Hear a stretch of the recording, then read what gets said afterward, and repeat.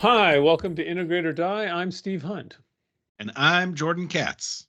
So today we spoke with Thomas Otter from Arcadian Ventures, and Thomas has been in this field of HR technology. He's worked for multiple technology companies. Now he's more in the venture funding side of HR technology, but is of all the people we've had on this show, he's probably one of the ones that has some of the most broad understanding of the market because of the For different sure. ways you. So, Jordan, what were some of the things that you took away from this conversation with Thomas? Well, first of all, it was wonderful to have him joining us all the way from South Africa, which was very cool. But the other thing that I really enjoyed was a discussion about the history of technology used in organizations and how I'd say, contrary to popular belief, in reality, HR led the way when it comes to adopting technology and in many ways continues to lead the way. So I was excited to hear about that and delve a little bit into what are some of the things that HR does that's incredibly innovative, of course, born by necessity, but guiding us for other technological purposes as well. Yeah, I think he did. It was fascinating. I think with the idea of the technology and how it's playing out, but also what I found interesting is this discussion too about how technology is enabling HR to take a stronger point of view. But one of the issues that limits the development of HR technology is the very self-concept of HR and how HR presents itself relative to other functions, probably most specifically finance. But this was a wide-ranging conversation. We covered all kinds of different topics. So with that, let's go listen to Thomas. Hey, Thomas, thanks for appearing on Integrate or Die. You and I have worked together for a long time. So when we were putting this show together, my natural thought was to reach out to you because you're a person that has built HR technology, you studied HR technology, and that's kind of why we wanted to have you on the show, that you're like just a person that's been immersed in this for a long time. But how would you describe your expertise in this field? What is it that you're uniquely really good at or know a lot about? Well, first, Steve and Jordan, thanks for having me on your show. It's cool to be here. I'm actually sitting in my brother's dining room in South Africa at the moment, so it's nice to be home, but it's also nice to be talking to the rest of the world from down here. So I guess, if I think about what I'm really good at in this space is identifying patterns and understanding taking what's gone before, taking what's going on now and trying to predict what's going to happen. I've spent 25 years, or actually slightly more now, gosh, in the HR tech space, and I've done probably all the jobs you can do in HR tech. So I've been a consultant, I've been an implementation consultant, I've done pre-sales, I've done strategy, I've done product management, I've been an analyst at a large analyst firm, I've been an advisor, an executive, and now I'm an investor. So it's unusual that my career is focused on one topic, which is HR tech, but I have viewed it from multiple perspectives, and I think that's kind of unusual, and that's probably what I bring to the, that's probably what I'm bringing to the party here. So the first question that we kind of asked, the person who's been in this field from some different areas, is we'll kind of jump right to the previous success one, which is when you look at technology out there and you work with a lot of companies, are there technologies, and maybe because when you worked with a lot, there'd be several, that you're like, how come everyone isn't using this? Like proven technologies that when you go into a company and you're talking to them and you're like, really, why don't you guys get out of the 1980s? What are there certain technologies you're just like, how come this isn't everywhere? I'd say it's almost, I'd say that most organizations, underinvest in HR tech. I'm completely biased on this because that's how I make my money, is that I invest in software companies that make software tech, HR tech, and then big companies buy them. But if you compare the numbers on, marketing spend and on finance spend, and you compare it to HR tech spend is still significantly below per employee, so where it should be. That's the first problem, is that HR doesn't spend enough on tech, and then secondly, they don't spend enough on implementing it. Right? But if I was to say what's the biggest area where they say, why aren't you doing anything? I'd say across the board, it's workforce analytics. Right? Right? It's like everyone has a payroll, right? everyone has a core HR system of some form, right? They have the data, right? They just often, and this is not all organizations, but many organizations do not spend enough time taking advantage of the data that they already have. They go off and buy some new shiny thing that's supposed to do something, but they don't actually do the hard yards on the data side of things. Mm-hmm. So if I look at other functions in the organization, if I look at finance and marketing in particular, and this is going to piss on a few HR people for a little while, and then we'll be nice to them later in the show. But the finance people and the marketing people, they realize the power of data. They realize the value of data, and they spend a lot of time and a lot of effort and a lot of money maintaining, caressing, looking after their data. They value it, and they value people within their functions that help them leverage that data. So what I don't understand is why in every HR department there isn't a top-notch analytics person sitting right beside the head of HR that is helping them actually make the HR function more data driven. And so I can think of many areas where I could say, why aren't you using better job boards, or why aren't you using more sophisticated recruitment technology, or why aren't you doing more in the learning management space, or why aren't you doing more in, why aren't you doing employee listening, why aren't you doing this, why aren't you doing that? But if I was to say overall, or was to pick one, I'd say it's the discipline of workforce analytics. It's not one product. It's the functional. This idea of respecting and leveraging data and having a practice of making decisions around that data. Right. What's your theory on why? Oh, sorry. What's your theory on why they don't have them? I'm perplexed. I don't have it just seems so obvious to me, the power of this. And this is why I'll maybe tell you the story. It's a completely random story, but I'd like to tell you how I ended up in HR technology in the first place. Okay. So I was at university studying the postgraduate diploma in human resource management. Mm-hmm. Before that, I'd studied labor law and economics and things. So I was on a path to go into HR, and that's the path that I was on. And then we had at the business school I was at, it was a top business school in South Africa, and every year they had this business game where there was a simulated, for 2 days you were supposed to pretend to be these companies, and you would play this micro world model of a business game, and there would be teams from the different MBAs. So there was an executive MBA, a full-time MBA, a part-time MBA. And then there was this postgraduate diploma in HR. And we the HR guys always lost, right? They were always out in the first round of the game. That was the history of the game. And so there was me and four other people in the syndicate. And one of the guys was a real Lotus 1, 2, in these days it was Lotus 1, 2, 3. He was a real Lotus 1, 2, 3 wizard. Mm-hmm. And so we asked the professor, could we take a computer into this is 1992. Could we take a computer into the simulation? Do you mind? And he said, no, I have no problem with that.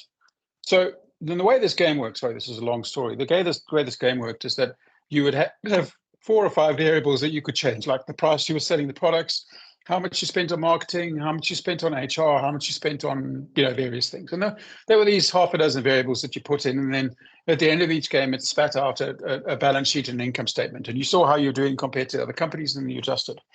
So what we did is we were able, because everyone else was doing the balance sheet manually, we set up the balance sheets and the income statements in Lotus 1, 2, 3. So what we were able to do is we were able to simulate wacky scenarios that no one else had time to simulate, because we only had a couple of hours to do each round. So we would do things like, what would happen if we put 95% of our spend into salaries? What would it do?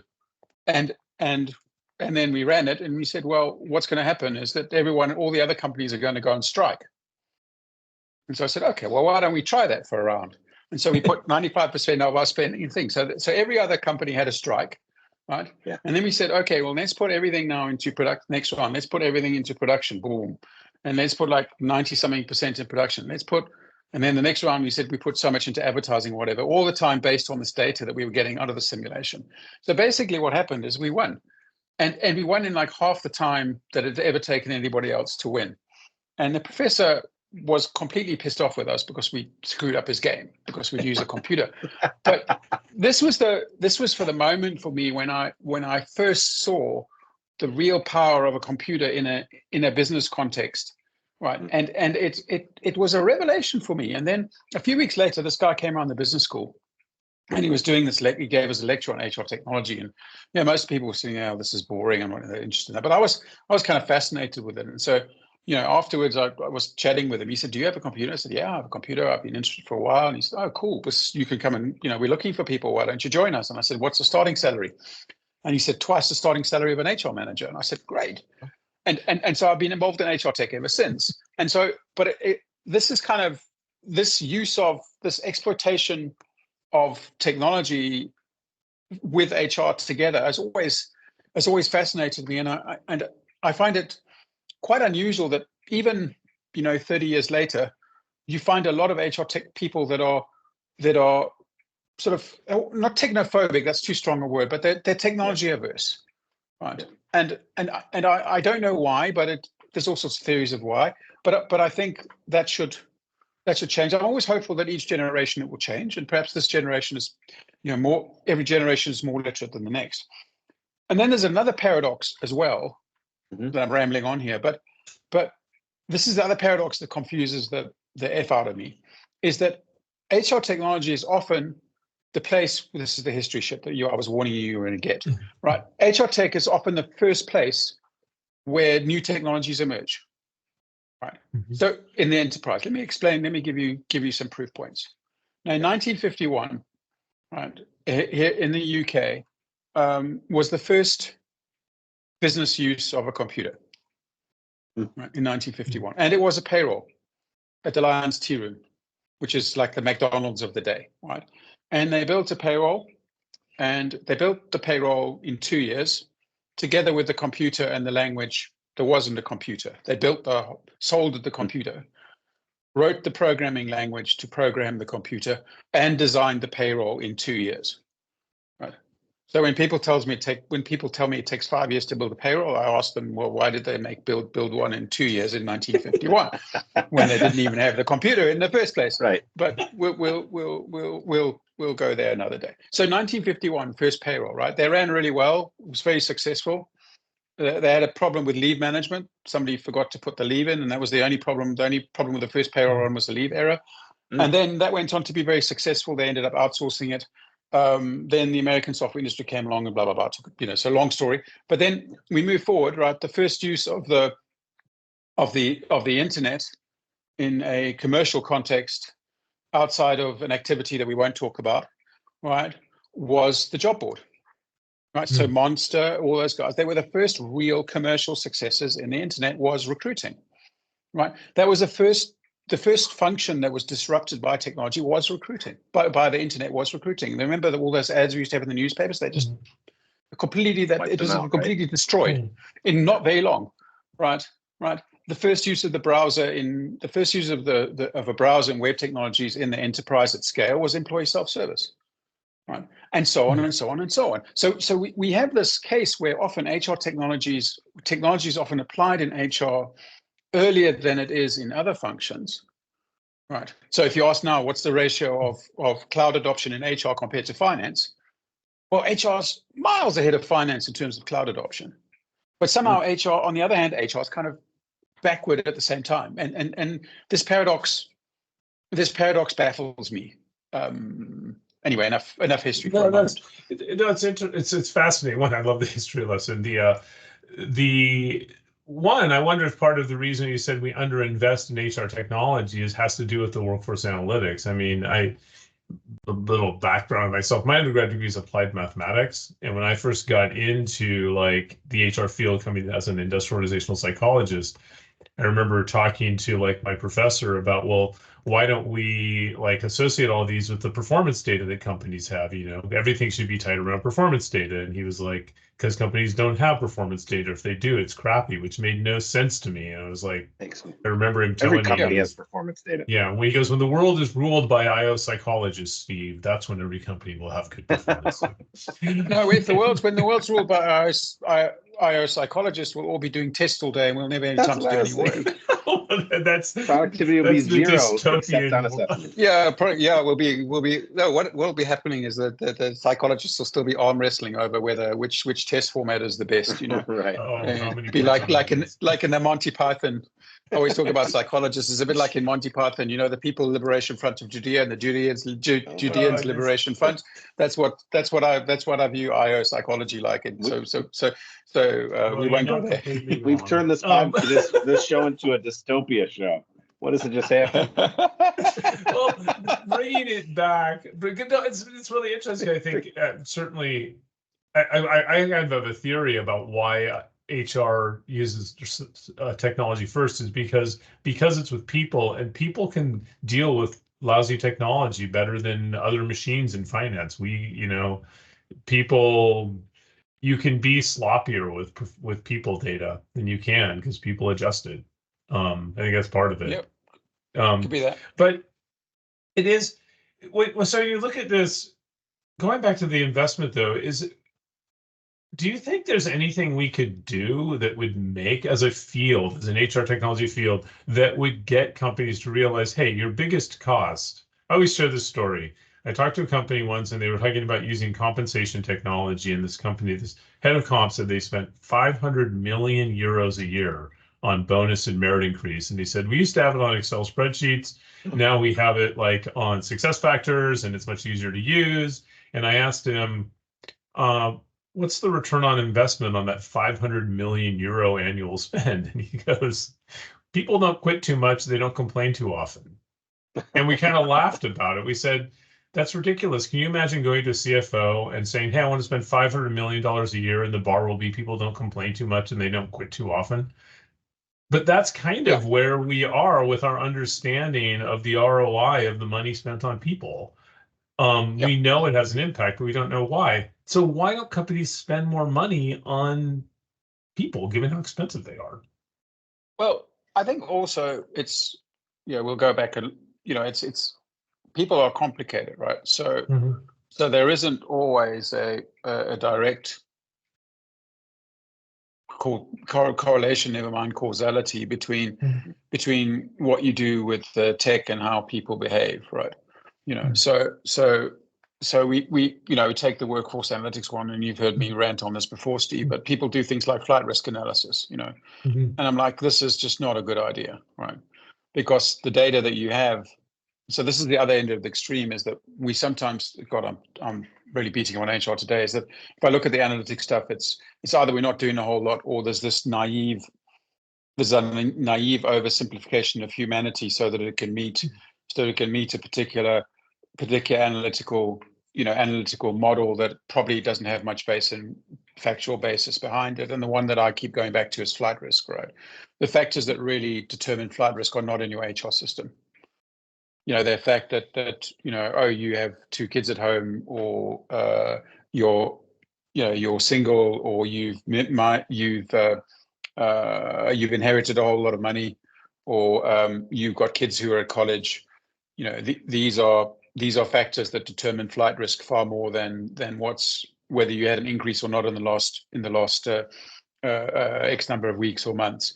And so the factors that drive flight risk are essentially exogenous to what's in your HR system. And if you were to model those, you'd be doing something unethical anyway, because basically what you'd do is you'd say that all women with kids have a lower flight risk than single young men, so we should pay single young men more than we pay married women with kids. And clearly, well, actually, we probably do that. That's probably one of the reasons why we do that, horribly so. But as you look through things like flight risk, you have examples of naive, poorly implemented analytics, and I think sometimes there's this desire to leapfrog the basics. And so going back to this, I think the way to get people adopted is you start with the simple stuff. You start with the simple stuff that helps a line manager on a day-to-day basis, that makes the lives of your fellow executives on the board easier, right?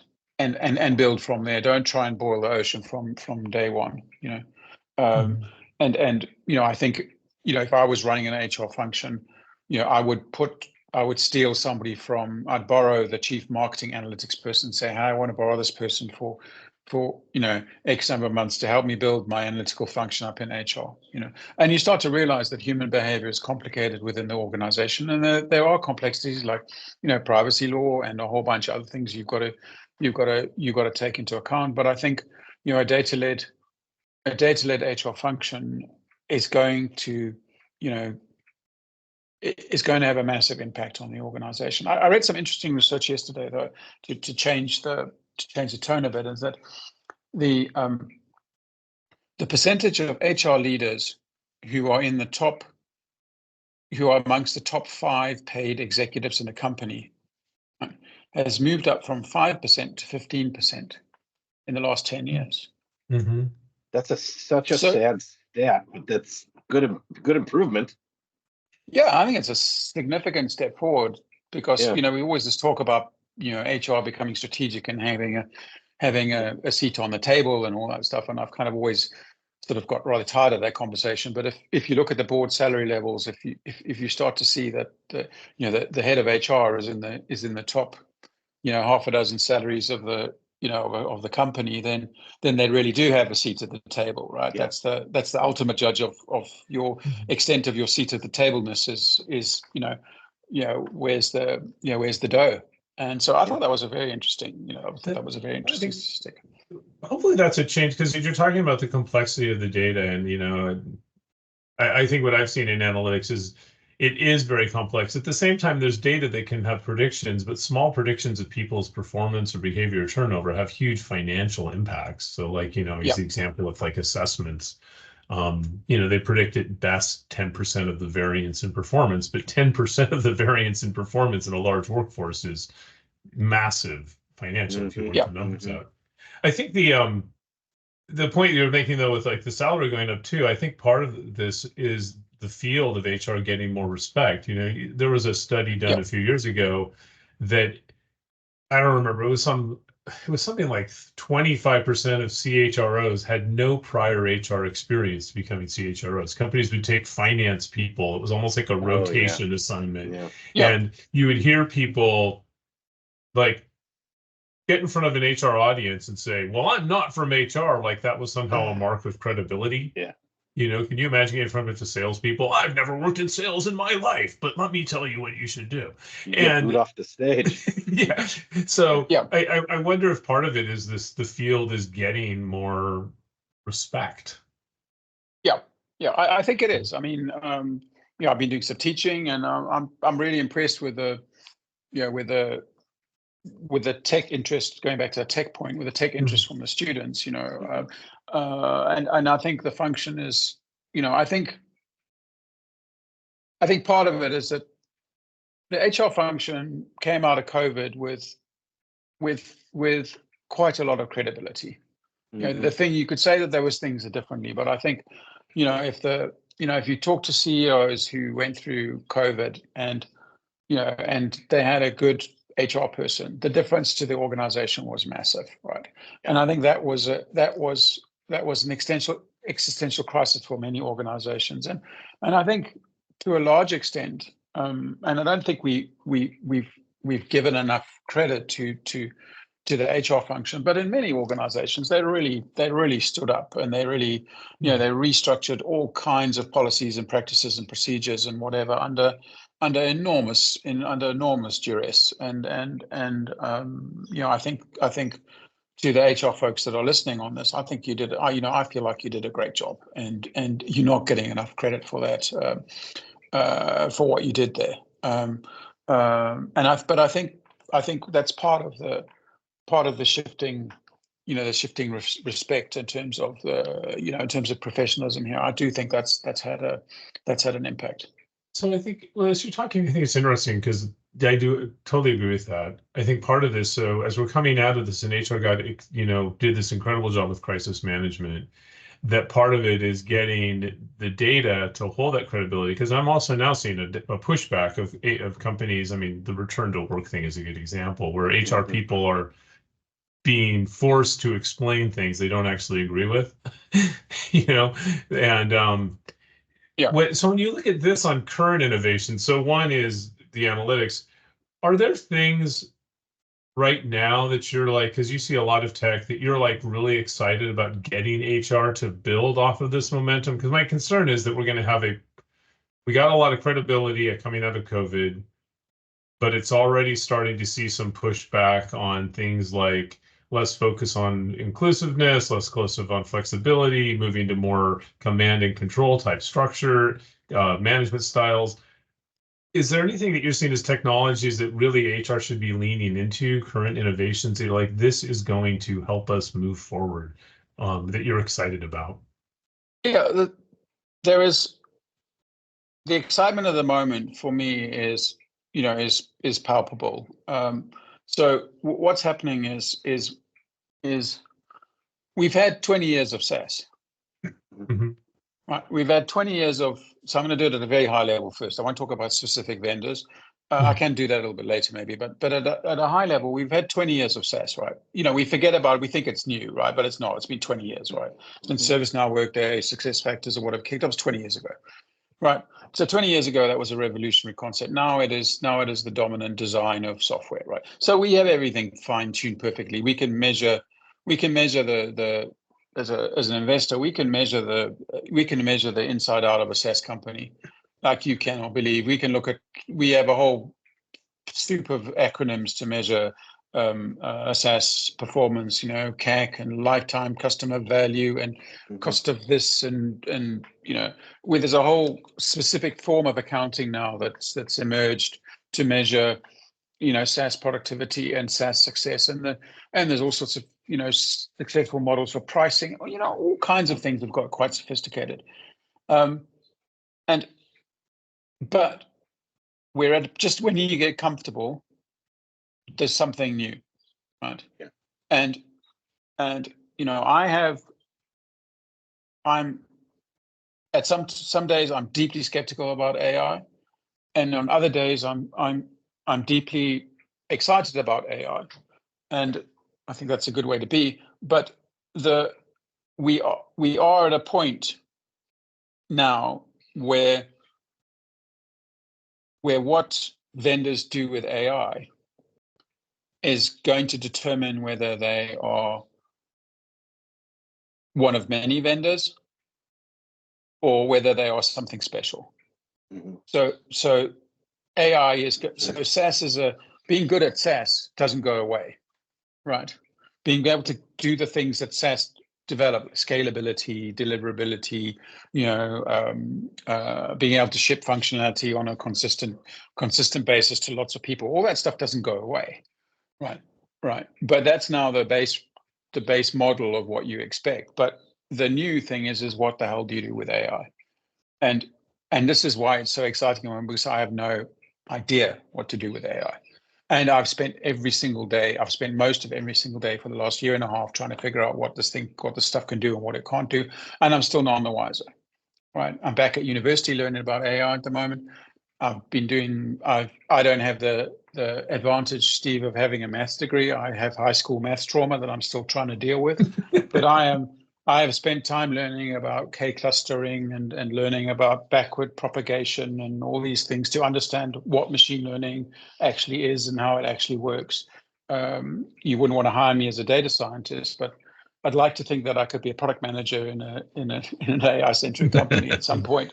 But not that I'm planning to leave VC. But anyway, the point that I'm making is, in a long-winded way, is that the thing that I'm looking for more and more now is, okay, what's your AI story? And that's becoming, I think, more and more important. And similarly, what I'd be urging HR people to do now, right, is AI is going to come like a train through your organization, right? and it's going to wreck. It's going to make some parts of your organization great, but it is going to wreak havoc. We are at one of those Schumpeterian like winds of change sort of type moments in business, right? Yeah. Right. And you can sit on your ass and you can let it happen to you, right? Or you can actually start to learn about the stuff and have a position. Because right now, no one in the organization knows about AI. Your CFO doesn't know anything about AI, right? Your head of materials management might know something, but not a whole lot. Your head of supply chain probably doesn't know anything, right? It's a level playing field, right? In terms of on the board, who knows the most about AI? At the moment, it's a level playing field because they all know sweet F all about AI on your average large corporate board, right? The McKinseys and all these guys are coming in and telling them about AI. But in terms of actual competence at a board level on AI, it's pretty thin. So if I was running HR right now, I'd be at night school learning about AI. Because you don't have to be an AI expert. You just need to know a little bit more than everybody else on the board, right? Because actually, if you think about it, it's going to impact the people that are at work. The biggest change that AI is going to bring is in terms of how you structure work. And what's your job, Mr. HR or Mrs. HR? It's structuring work. That's what you do. If we come back like on the AI and sort of getting back to the technology, because, well, example, I mean, just pointing to AI, I worked for a company that built machine learning AI-driven staffing assessment technology in 2006. So it just was very clunky and slow. And most of the AI applications, the really easy, low-hanging fruit is hiring, prediction, where you're trying to improve a very specific decision, and we collect data here to predict one decision here. And I think you're seeing that most of the AI machine learning and HR technology now it's tied to hiring in some form, internal talent movement, hiring, maybe learning recommendations. Other stuff going, But what I'm talking about here, so what I was going to say is that if you are the head of HR and you view, okay, what can HR do to improve my processes? You're actually missing the point. Yeah. Right. The point you should be saying is that the future of work is determined by how humans and AI work together. Right. How humans and machines operate together in companies is going to determine the success of, this is a little thesis, right? If you're head of HR, how AI and humans work together is going to determine the long-term success, long-term sustainability of this business. And you could probably say that about most businesses today. So if you're the head of HR, right, then you need to have an opinion not only of HR for within the HR function, but you need to have an opinion about AI generally. Right. You need to have an opinion about. You need to have a learned opinion about how AI is going to impact work, the process of how your products get made, how your products get sold, because the impact of the AI is going to be on the people within the organization, the type of people that you hire. And so if you have an opinion on that, then you're helping shape the future of the organization, right? I completely agree with what you're saying, because I think it's almost, to say it's not using AI within HR. I was just at a conference yesterday talking about some supply chain leaders, and the point that I made is the biggest thing that impacts employee experience is job design, and job design is affected far more by operations technology than it is by HR technology.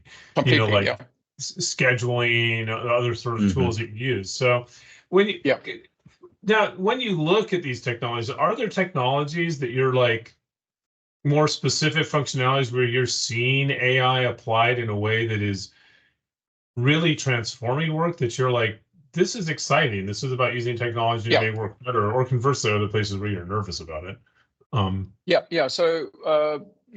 So we talk about a couple of recent investments that we did. One of them is a company called Fora, Fora, right?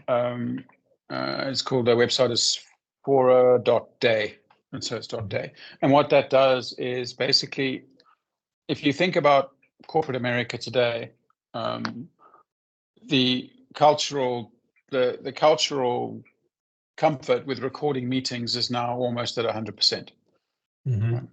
So almost every meeting that corporate America does today is recorded, right? Somebody can't come, their Zoom agent comes, in Zoom or whatever, you don't even think about, right? You record meetings.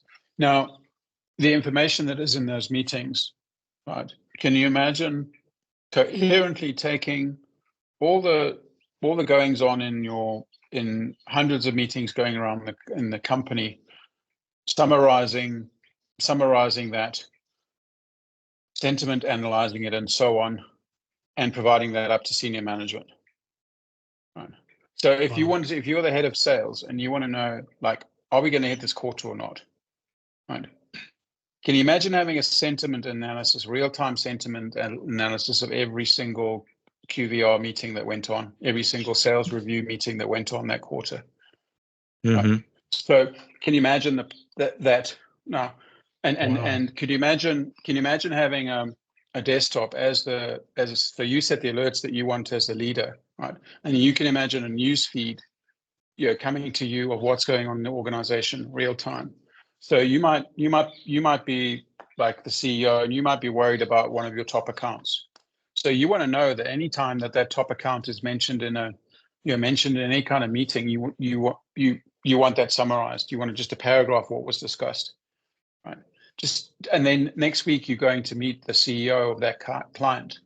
Imagine how organized you would be. Imagine how much power you would have going into that meeting. Say, oh, well, I understand that our folks in the Philippines, they did a great job on your XYZ project, and this happened here and that happened there.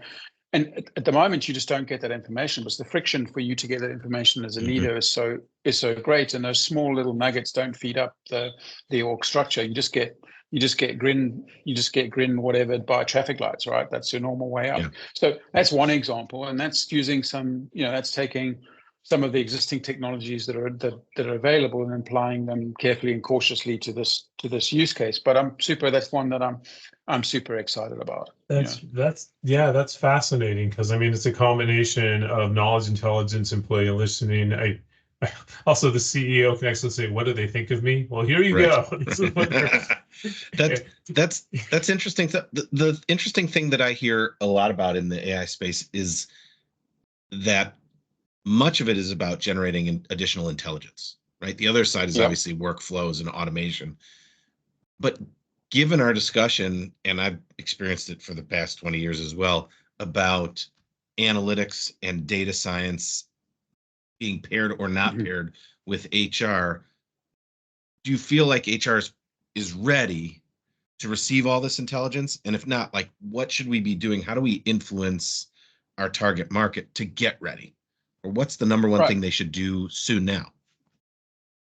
So what I'd be doing is I'd be making, if I was running HR, what I'd be doing now is I would be making that analyst job in HR one of the coolest jobs in the business. Yes. Right. Yes. Right. So that's one of the things that I look to do is I would want to take, smart. So one of the companies I think was, super impressive back in the day, was a company that SuccessFactors acquired, and if I think back about M&A that could have been done differently, this is one of them, which was Inform, right? Right. And one of the things that Inform did really well is that they hired, like, statistically people with good statistics background. So then maybe PhD in statistics, but an undergraduate degree in statistics is plenty firepower for this. And what they do is they would put them in as workforce analytics advisors into companies, right? So they combine them with the tools, and then this advisory person that will come in and help you build your models. And then I thought this was when it was an independent company, I thought this was a really clever idea. And then what happened once it got acquired, it kind of lost that consulting advisory context. But I found this a really powerful model. And what I'd want to do is, if I was running HR, is I would have an intern. I would have more than an intern model for this. But I would have a flow of younger people with strong analytics skills coming through the HR use case, right? Coming through HR. Some of them might decide to stay because they find it interesting, but other them might go on into other analytics roles. But then what you would have is you would have people inside other analytics functions, like marketing and finance and operations and so on, that would have some HR some HR evidence. So I would build that analytics competence, both within HR, then also roll people through HR that go into other analytics functions. So if you're doing speak with whoever's running your AI program, say, hey, I really want to do this.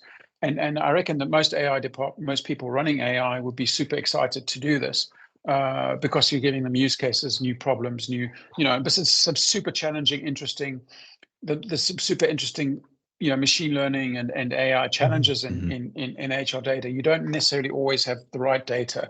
There's external data that you can bring in as well. There's all kinds of interesting things you could do. With this, with the right amount of application, so that would be the thing. I specifically appreciate how you have the cross-functional element there, because part of what I hear constantly is like, we wish we had that data or had access to that data, then we could really understand the connection between X, Y, and Z. But the way you've just described it might tell the problem. Steve, sorry. But most of the time, I don't think people are asking for the data. I don't think. I think if you were the head of HR and you brought your head of analytics in with you and said, hey, we really want to do this model with production machine error data. We want to model machine error data against training and absence. We want to model those two. I think if you went into a meeting with the head of operations in a big manufacturing company and their analytics person and your analytics person, and you said, hey, we wanted to do this, I can't think of a leader in a manufacturing organization who wouldn't want to have that conversation. Yeah, I think this. Well, and you're kind of playing together a couple of threads about this importance about building this function of people with the capability to understand AI, understand data, because you're talking about earlier, it's very easy to misinterpret HR data. Your point about, risk of flight risk. You have to people have a sense of, well, this is the data we don't have that could influence his outlook. When you look at we had a good conversation with Ben Granger, who is Qualtrics chief, experience expert, and he was talking about how you've got to be really careful when you're measuring people's emotions, which is what employee experience data is, a lot of it. Right. You got to be very careful about how you use it, because you can undermine trust. Completely. The example you just gave of this company, was it Fora? Also, you could think about that data. People, that could be really, really, that's even another level of employee listening data, which is powerful, but there's a right and a wrong way to interpret it. So I think building that capability is so important. Now, I'm sensitive we have we have a few more minutes to go here, but you mentioned there's another company, so I want to get a chance to hear, because Fora sounds super cool. So what's the other one? So look, I'd love, you've been talking about the skill stuff, and I think the company that I think, I'm not going to talk about them long because I've talked about them before, but TechWolf, I think is, I think they're doing the most interesting things in the skills place, because they're doing the hard yards underneath, right? Helping people actually get decent data in the first place. And then the goal there is why I love TechWolf is as a headless application, right? They're not trying to do the stuff in performance management or in employee listening or in recruitment or in learning or whatever. They're just trying to give you awesome skills data in the first place. And then how you use that is then, makes those other applications better. So I'm super bullish on TechWolf, but we did a recent investment. Again, it's a very new investment, a company called People Rain. So that's people as in like you and me, and Rain as in what King Charles is doing at the moment. Okay. Raining. Not rain, rather, the other not rain. rather not like it's raining men. If you remember that. No. So what? So the guy who started this company, Dan, has got a lot of process background, a lot of background in ServiceNow, things like ServiceNow and Zendesk and all those kind of things. So the thing that he's building, if I can explain it simply, as an agent is an intelligent agent. So it can go and do things for you. So right now, if you ask any of those chatbots to reset the password, what it does is it comes back to you with a description of how to reset the password, right? And maybe if you're lucky, a link to the website where you actually do the reset, but it doesn't do it for you, right? And the goal of this is to be the tool that actually does it for you. Wow. So you can tell it, go off and say, go and, or let's imagine for a moment your drivers are out of date on your machine, or you need you want to, I don't know, some administrative process resolved that, with the right guardrails, that it can actually go off and do it for you. And this is the next step, I think, in terms of of AI, is where the AI has some form of agency, right? Mhm. And it's early days yet, but one of their first clients is Netflix, and they're using it at the moment for some simple processes, relatively simple processes within support organization of Netflix. But we think this is super powerful way of going beyond just the traditional, smarter and smarter chatbot. But it doesn't actually. The problem with chatbot is that chats. Right. It doesn't do. It's not a do bot, Right. right. And what you actually want is you want a do bot. You don't want to talk to a bot. You want the bot to go and do stuff for you. You want the bot to go and, book my flight, right? Yeah. I want to go to London next week. I need to be in London for this meeting by this and this time. Yeah. You know all this stuff about me. Go and book the flight. Yep. I don't want to book. We're getting there. Some of the things that I'm working on are almost there or there, right? Register my leave, insert my expenses, like all that stuff. It's exciting. Yeah. Because the stuff I hate doing is now going to be handled by something else. I'm going on holiday. I want to go on holiday the next 2 weeks, and then what it does right now is if you're lucky, it might take some rudimentary of that and fill the screen in. But essentially, what it's doing is it's taking you to the screen and maybe filling a bit. And you would like to. I don't want to see that. But why do I need to talk to the bot? I want to just tell the bot. I don't have a conversation. This conversational paradigm is overrated. I don't want to have to say please and thank you and whatever. I want the bot to go and do the job for me and I want the right guardrails to make sure that it doesn't do shit that I don't want it to do. But that's essentially where people brain is going. So early days yet, but those are a couple that I'm excited about. I mean, I could talk I love all our portfolio companies, but those are a couple that are particularly exciting at the moment. Those are great examples too, because what you were talking about earlier about not technology that doesn't just improve HR processes. So a lot of the uses of AI say like better hiring, where this is technology. Both of these examples, one is technology that changes how people understand what's going on in a company. That's the first one, is sort of understanding. And the second one is one that basically frees up people's time and jobs. Then the question becomes, when we get rid of that, what other things will we, be able to have people do if they don't know how to do that?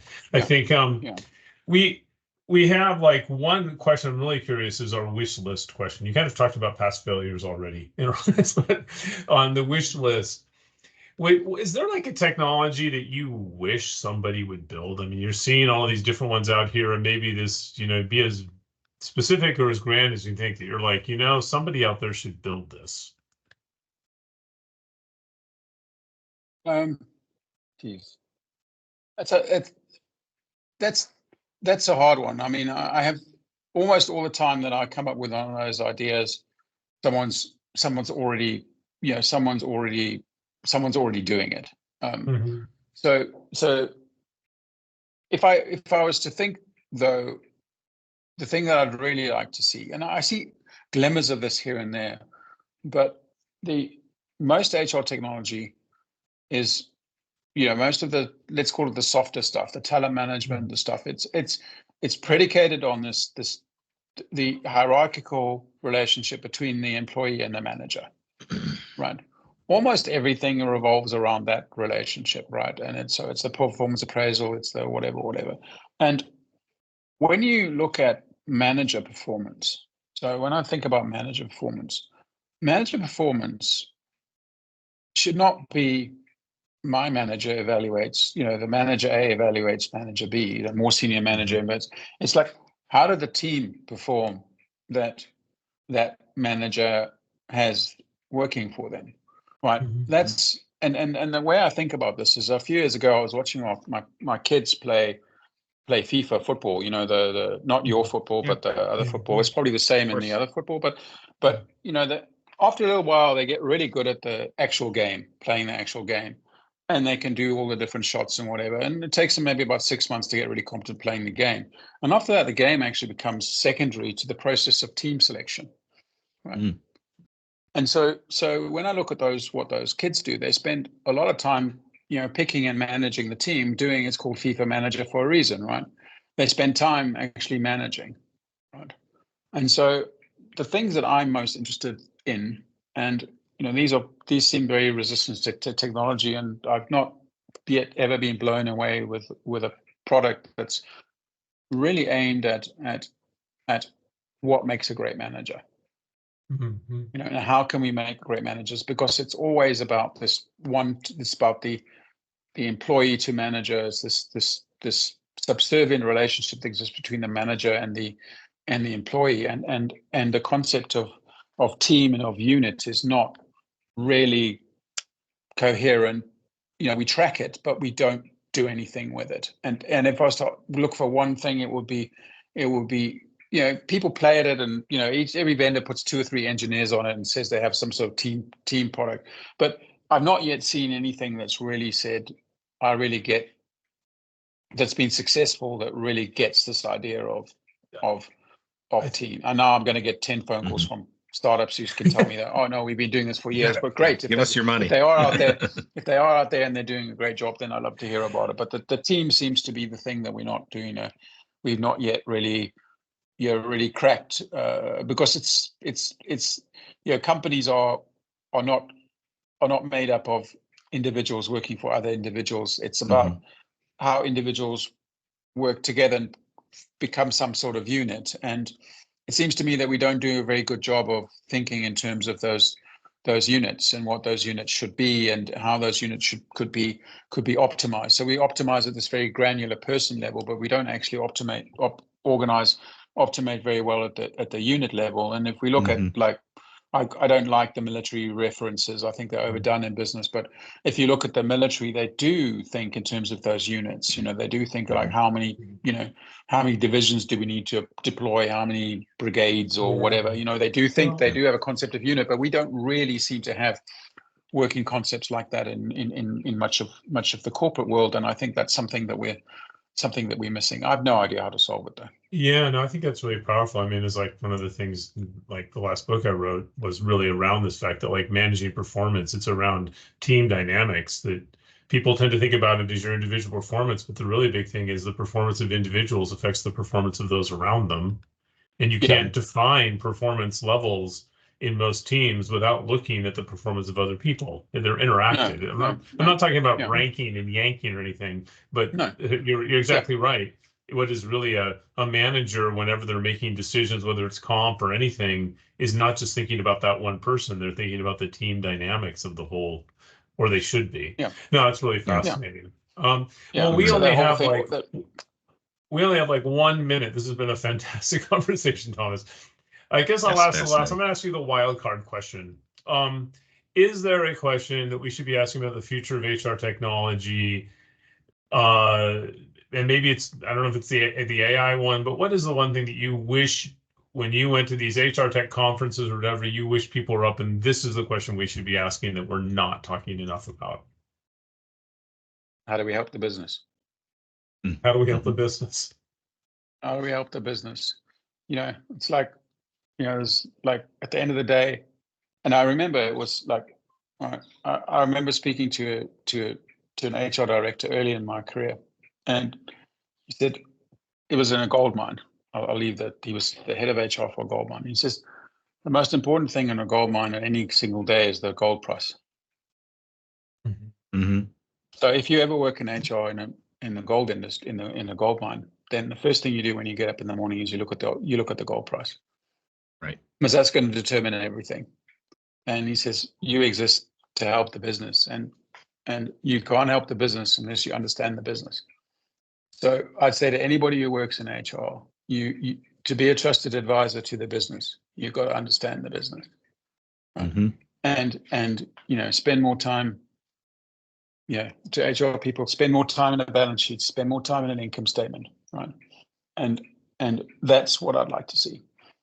I'd like to see HR people stand up and argue about whether we should how we should be investing, how should we be thinking about the business in the business terms, because finance have no shame in standing up and telling you how to do HR. Right. Yeah. So it's about time that people in HR start to stand up and start to say, well, actually, I have an opinion about how we should be, think about the other functions, how they work in the business, and have an opinion about how the business should be run, and do that from a position of learning and from a position of experience. But so the point you made earlier about, which is right, about, I'm from finance, I've come in to run, I was the managing director of a company. I've never been in finance. I've never been in HR. I'm coming in to run an HR. I can see why that's irritating for HR people, but I can also see why it's irritating for a person running a business when all the other person's ever done is stayed in their, HR zone. So I'd love to see more assertive understanding and engagement with business, because I think the more you can do that, the better. It's not what's the word? You're not somehow unfaithful to the HR function by doing that. I actually think you're strengthening that. For sure. Yeah, that's great. Wow, I think as an HR sort of going to the career thing too, probably a good thing with an HR technology is spend some time not working in the HR function. Certainly in my own career, I've spent a lot of time in sales, and I'll tell you that's me technology better. So pre-sales was the best first job ever. Pre-sales was the best. I learned so much in pre-sales. It was a great first job. Yeah, absolutely. Well, hey, Thomas, thank you so much. Once again, this interview proves why Jordan and I are doing this. I appreciate you sharing your knowledge and insights, and thank you for appearing on Integrate or Die. Pleasure. We did go a bit off piece, but I think that was fun. All right. Thank you guys, so much. talking. Great to see you. Cheers now. All right. Bye.